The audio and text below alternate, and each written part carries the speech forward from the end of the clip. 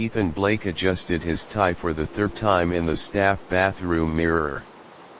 24 years old, barely out of his master's program, and he was already stepping into a role most spent a decade clawing toward assistant lecturer in psychology at Millgrove University. He knew it was temporary, a replacement while Dr. Avery took a sabbatical, but still it was real. He didn't feel ready. His thoughts were interrupted by the sound of high heels tapping on the tiles. The door swung open behind him, and a sultry voice said, "You're in the wrong restroom, Professor." Ethan turned, flustered. "Oh, I thought this was unisex." It wasn't. The woman standing in the doorway looked like trouble dressed in elegance, tall, poised, with long dark hair tied into a sleek ponytail, red lipstick like sin, and a black pencil skirt hugging her curves like it was painted on. She smiled slowly. "You must be the new psychology boy." "Ethan, right?" He nodded. "Yes. First day." She extended a perfectly manicured hand. "Professor Celeste Monroe. Literature Department." Her grip was firm, her fingers lingering half a second longer than necessary. "Nice to meet you," Ethan said, trying not to stare at the way her blouse dipped just enough to challenge him. She was older, maybe mid-30s, and moved with a confidence he hadn't earned yet. "Careful, Ethan," she said as she turned to leave. "First impressions are everything. Especially when you're that young and that impressionable." Was it his imagination, or did she glance back at him as she walked away? 2 weeks into the semester, Ethan was slowly finding his rhythm: lectures, grading, awkward silences during office hours. Most students saw him more as a senior classmate than a professor. Some flirted. One had even slipped him her number. He never texted back. He respected boundaries even if his imagination didn't. That afternoon, he was catching up on reading when a knock came at his office door. "Come in." Celeste stepped inside, holding 2 coffees and that same wicked smile. "I figured the new professor might need a break." Ethan stood, caught off guard but pleased. "Thanks. That's thoughtful." She sat without being invited, crossing her legs slowly, deliberately. "So tell me something. You ever had a student flirt with you yet?" He choked slightly on his coffee. "That's a yes," she grinned. "Adorable." "They're students," Ethan said. "I try to keep it professional." "Oh, come on. You're young, attractive, clearly smart. You're exactly the type they daydream about." He cleared his throat. "Aren't you worried someone will overhear this?" She leaned forward, voice low. "I don't say anything I'm not willing to repeat." Then she sat back. "Besides, I'm not a student."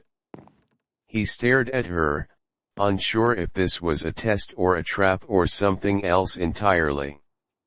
"And you," she continued, "remind me of someone I used to teach. I thought you were literature, not psychology." She smirked. "Oh, honey. Everyone teaches something. Some of us just skip the syllabus." It started with hallway glances. Then casual conversations. Then coffee became a ritual always brought by her. Students whispered. Faculty raised brows. But no one said anything directly. And Ethan, well, he was slipping. One Friday evening, Celeste cornered him outside the faculty lounge. "Dinner. My place. Tomorrow. 8 o'clock. He hesitated. "I don't know if that's a good idea. You're old enough to teach university students, but not old enough to have dinner with a colleague. It's not the same and you know it." She stepped closer, her perfume intoxicating. "Are you scared, Ethan?" "No." "Good. Wear something casual. I'll cook." Her home was like her, elegant but dangerous. Soft jazz played in the background, wine already poured. She wore black, again silk this time, and barefoot. Dinner was perfect. Candlelight. Pasta. Laughter. Then, sometime between dessert and a second glass of wine, the tone shifted. Celeste set her glass down and said calmly, "I want to ask you something personal. But I want the truth." Ethan nodded, already a little drunk. "Have you ever been dominated?" He blinked. "What? In bed? Or out? Tied? Held down? Told what to do? Had someone take complete control over you physically and psychologically?" He looked at her, unsure if this was foreplay or philosophy. No," he admitted. She smiled softly. "I thought so." She stood up. "Come with me." He followed, heart pounding, not knowing what he was walking into, only that he wanted to. Behind a locked door in her bedroom was another space entirely. It wasn't cliché. No chains on the walls. No latex suits. Just a beautifully lit room with deep red curtains, a chaise lounge, and what looked like a locked chest in the corner. "This," Celeste said, "is where the real lessons happen." He didn't speak. "I don't sleep with men who aren't curious. But I don't force anyone either." She stepped close and looked up at him, her hand on his chest. "You can walk away right now. Or you can say the word, and I'll show you what it feels like to give up control safely, willingly." Ethan's breath caught in his throat. He whispered, "Show me." Celeste moved with purpose, yet never rushed. She opened the chest quietly. Inside, silk ties, soft cuffs, blindfolds, and neatly arranged tools. Nothing threatening, nothing crude. Just precision. Taste. Control. She looked over her shoulder at Ethan. Shirt off. He hesitated. Then obeyed. "Good. Sit." She gestured toward the velvet chaise. He sat. Heart hammering. She walked behind him, her fingers brushing over his shoulders. "Here's how this works.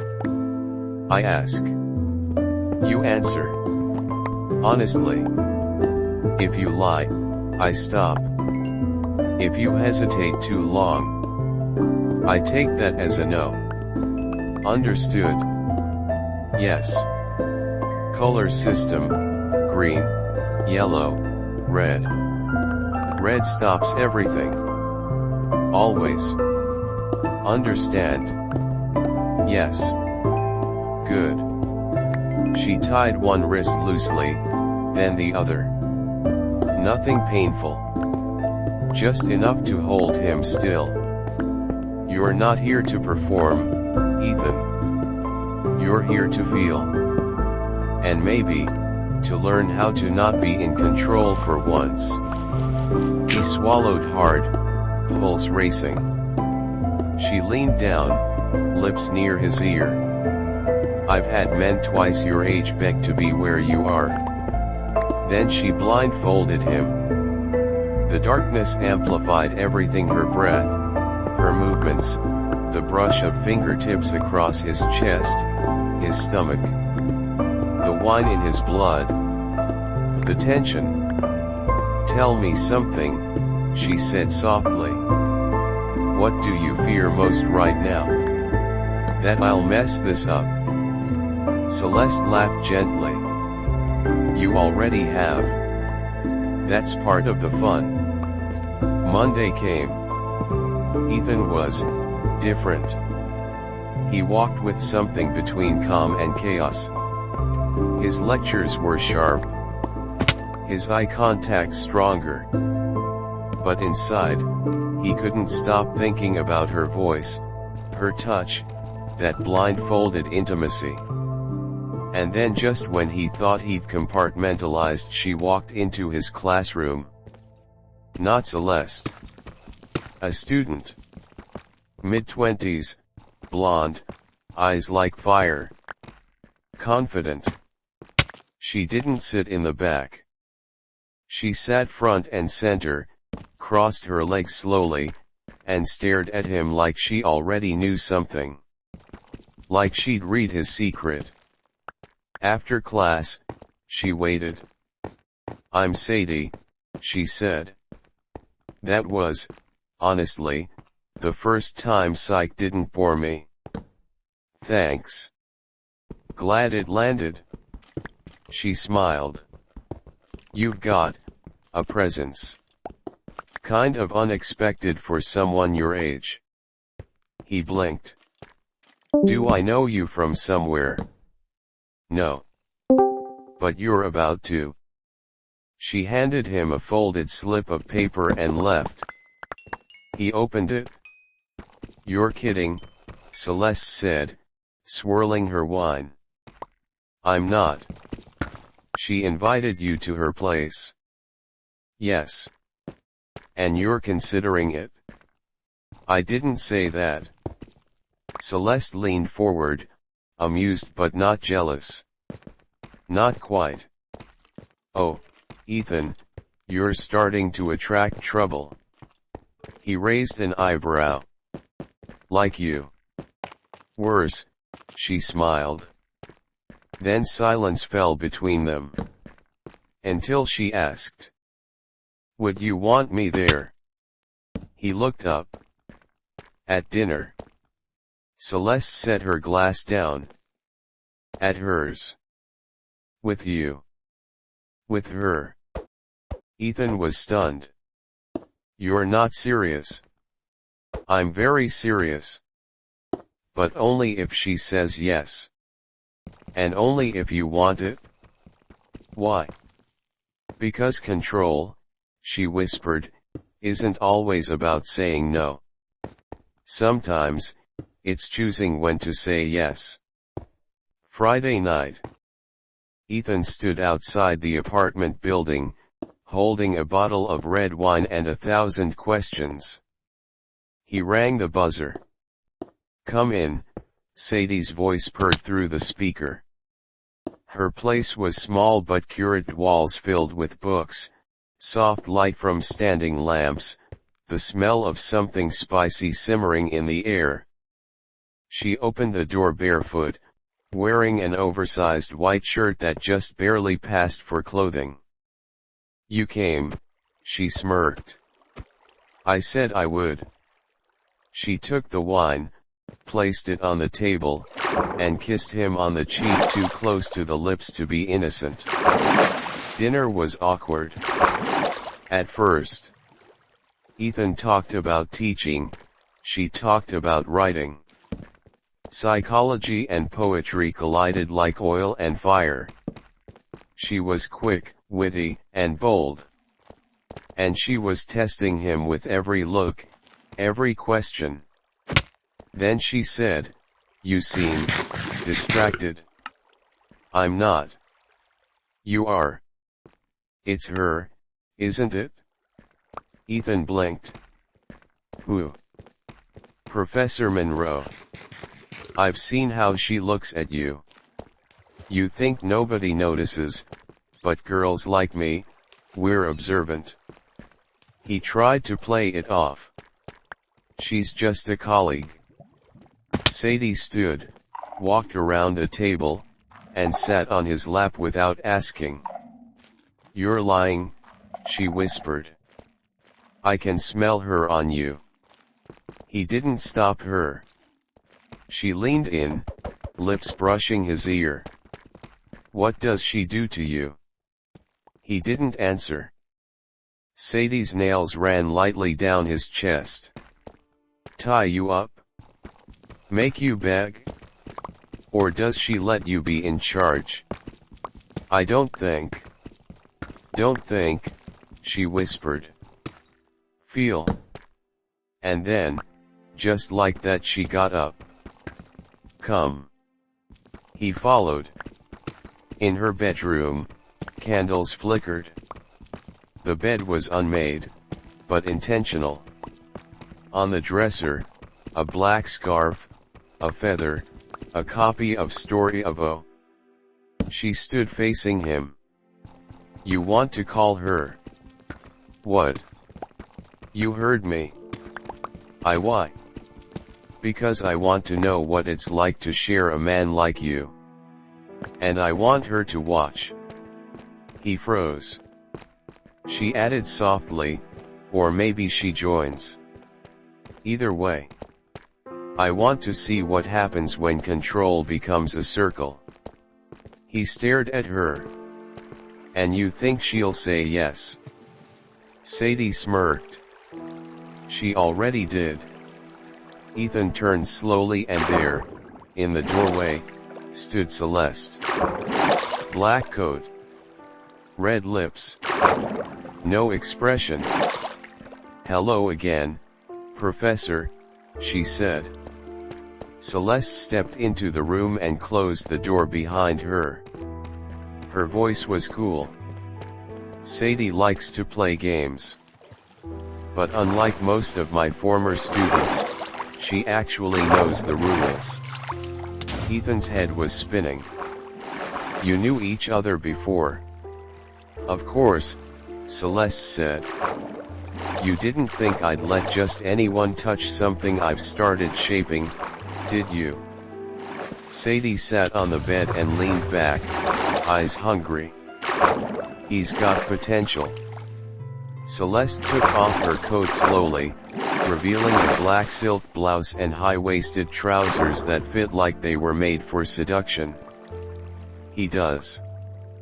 But only if he stops pretending he's still in control.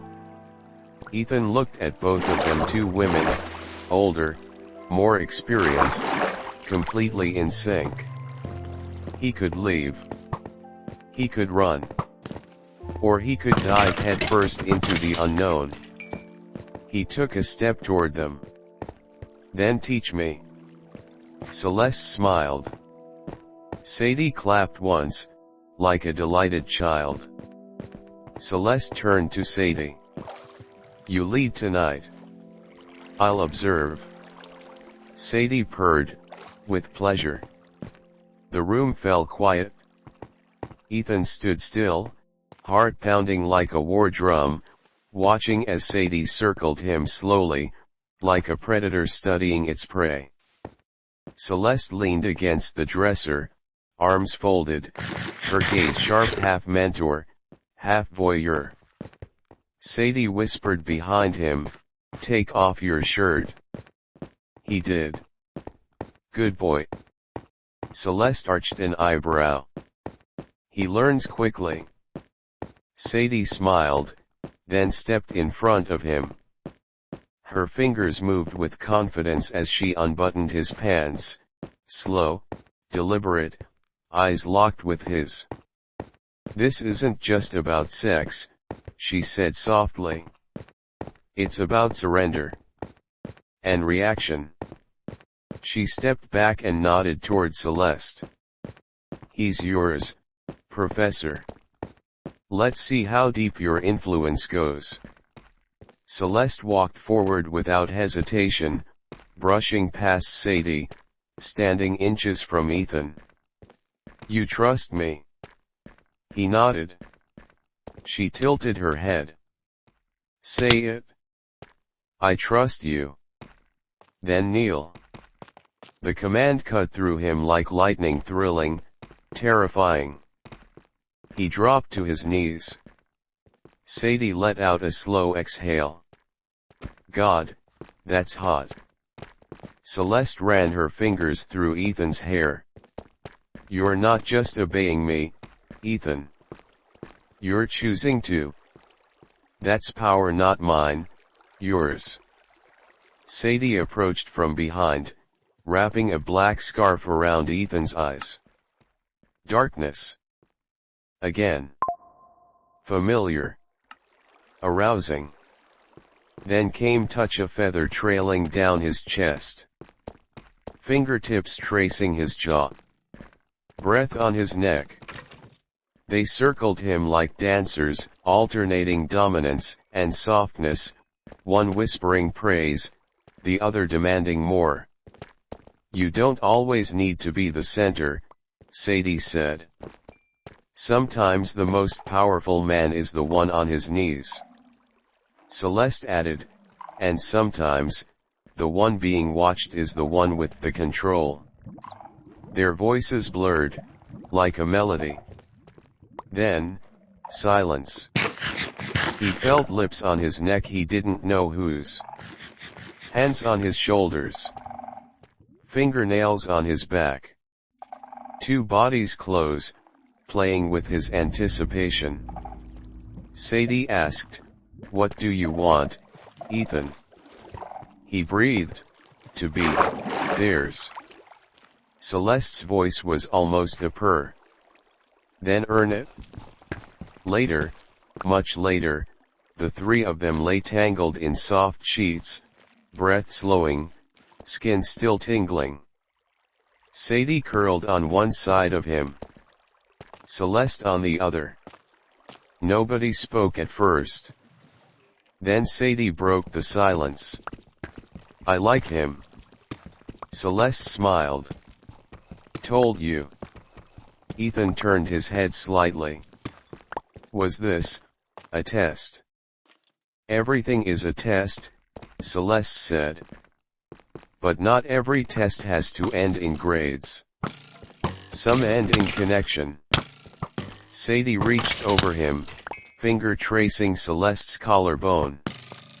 "You ever share before?" "Rarely.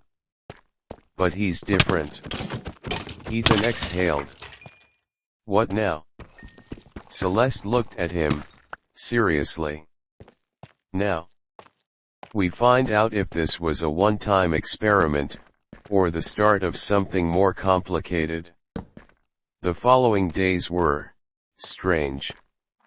Ethan returned to campus with a private fire burning inside him. He walked with a new kind of confidence, spoke with more gravity, held eye contact longer. Students noticed. So did other professors. But beneath that surface a quiet war had begun. Celeste became colder. Not distant, exactly. But more clinical. She no longer brought him coffee. She no longer smiled during hallway glances. At first, he thought it was an act, part of their dynamic. But it wasn't. Then came the moment in the faculty lounge. He reached for the sugar just as she did. Their fingers brushed. She looked at him like he was a stranger. "We should keep things professional here." His heart sank. "That's what we're doing, right?" She didn't answer. Just walked away. Sadie, on the other hand, became more intense. Text messages at all hours. Late night visits. Playful, affectionate, and increasingly possessive. "You're mine now," she whispered in his ear one night. Not just in bed. In life. He laughed, uncertain. Is that part of the scene?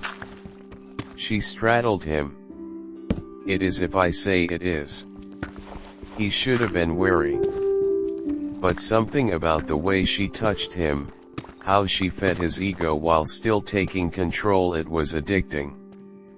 He asked her once, "What is this, really?" "Us." Sadie kissed his lips, then bit his bottom one gently. "It's a chapter. Whether it ends in fire or love is up to you." Celeste invited them both. It felt like a power move. Ethan didn't want to go. Sadie insisted they should. So he showed up. Fresh shirt. Nervous energy. Celeste opened the door in a silk robe, casual and poised, like nothing had ever happened between them. Dinner was cool. Witty. Polite. Cold. They talked literature, power theory, dominance psychology. It felt less like a date and more like a duel. Every word layered with meaning. At one point, Sadie leaned close to Ethan and licked wine off his finger deliberately slow. Celeste didn't react. Later, in the kitchen, Ethan finally cornered her. "What happened to you?" "To us." Celeste didn't blink. "You weren't ready. I gave you a taste. You mistook it for ownership." He stepped closer. "That's not fair." "No, Ethan," she said, her voice low. "What's not fair is thinking you can swim in deep waters without learning to breathe first." Then she walked away. And he didn't follow. Days passed. Ethan stopped texting Celeste. She didn't reach out either. He should have moved on. Sadie gave him everything: affection, freedom, play. But it started to feel too easy. Too rehearsed. One night, as they lay tangled in her sheets, she whispered, "You're thinking about her, aren't you?" He didn't lie. "Yes." Sadie sat up. "Then go to her. Get it out of your system. I don't want to hurt you. You already are." She stood, naked, defiant. "But you're not mine if part of you still belongs to her. So go. Bleed. Break. Then come back if you still can." Celeste's apartment was dark. Ethan stood outside for 10 minutes before he knocked. She opened the door slowly, robe tied, eyes tired. "I was wondering when you'd come crawling back." He exhaled. "I'm not here to crawl." "Then why are you here?" "Because I can't forget what you started. And I don't think you can either." Silence. Then she said, "You think this is romantic? Showing up in the night, confessing weakness." "It's not weakness." "No?" "Then kneel." He did. No hesitation. Celeste closed the door. This time was different. No blindfold. No mystery. She sat across from him in a soft armchair, legs crossed. He knelt, hands open on his thighs, not in submission, but in invitation. "You've changed," she said. "I stopped pretending I could control everything. Especially how I feel." "And what do you feel now?" "Like I'm still learning. But this time, I want to learn with you, not under you." She was silent. Then slowly stood and walked toward him. And what about Sadie? I don't know, he said honestly. She wants possession. You want growth. One excites me. The other terrifies me. Celeste smiled. Good. That means we're finally getting somewhere. The next morning, Ethan found Sadie sitting on his doorstep. No smile. No games. You didn't come back, she said. He nodded slowly. I needed clarity. And did she give it to you? She didn't give me anything. But she made me see something. Sadie crossed her arms. And what am I, Ethan? Just a thrill? A second act? No, he said firmly. You're fire. Chaos. Control disguised as affection. And part of me will always be drawn to that. But not enough. He hesitated. Not in the way you want. Not forever. Sadie exhaled, long and slow. I don't do half-claimed men, she said. I know. She stepped forward, kissed him deeply, finally, and walked away without looking back. Weeks passed. No sex. No games. Just quiet dinners, long conversations, and soft smiles. Ethan and Celeste began again slowly. Not as dominant and submissive, not as teacher and student, but as something new. Equals. One night, they sat on her balcony watching the city breathe. Do you miss it? Ethan asked. The control. She smiled, sipping wine. Not really. I miss the intensity. But not the imbalance. He looked at her. Then what are we now? She met his eyes. Whatever we choose to be. On a rainy Friday, Celeste invited Ethan into the Red Room. But this time, she didn't blindfold him. Didn't tie him. Instead, she stepped into the center, dropped her robe, and knelt for him. Ethan froze. What are you doing? Giving you the same trust you gave me, she said softly. If you still want it? He approached her slowly, heart in his throat. He didn't need to command her. Didn't need to perform. He simply sat behind her, wrapped his arms around her waist, and whispered, this isn't about power anymore. It's about presence. Celeste closed her eyes. Exactly. Months later, Ethan stood at the front of the lecture hall. Confident. Focused. His students listened not because of his age or his looks, but because he finally owned the space. After class, a student lingered near his desk. She smiled. You always talk like you've lived through everything you teach. He smirked. Maybe I have. Or maybe I'm still learning. That night, he returned home. Celeste was there, reading. She looked up and said only 2 words, your turn. And in that moment, he understood. Love wasn't about control. It was about surrendering to truth. Together.